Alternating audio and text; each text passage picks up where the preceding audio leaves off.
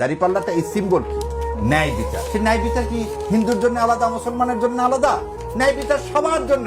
The parameter is same. দুটি প্রসঙ্গ এখানে আসছে, যেহেতু প্রসঙ্গটা এসেছে আমি একটু প্রশ্নই করি। অনেকেই বলছে যে এখন তাহলে আপনারা তো ইসলাম শাসন কায়েম করার কথাই বলছেন, সেই জায়গা থেকে তাহলে যে হিন্দু প্রার্থী তিনি কি হরে কৃষ্ণ হরে বল দাড়িপাল্লা টেনে তোল সেই স্লোগান নিয়ে তিনি ক্যাম্পেইন করবেন কিনা বা ঝাঁপিয়ে পড়বেন কিনা? ভেরি ভেরি ইন্টারেস্টিং ব্যাপার। তিনি কিভাবে ক্যাম্পেইন করবেন একটা জিনিস আপনাকে বলি।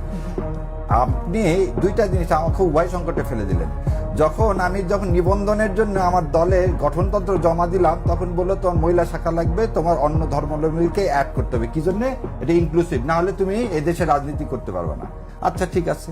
আমি তখন অতীত ঘেটে টেটে দেখলাম যে ওমর রাদিয়াল্লাহু আনহুর সময় 4-5 জন, খলিফার সময় 4-5 জন যারা রাজস্ব আদায় করতো, প্রধান বিধর্মীরা ছিলেন।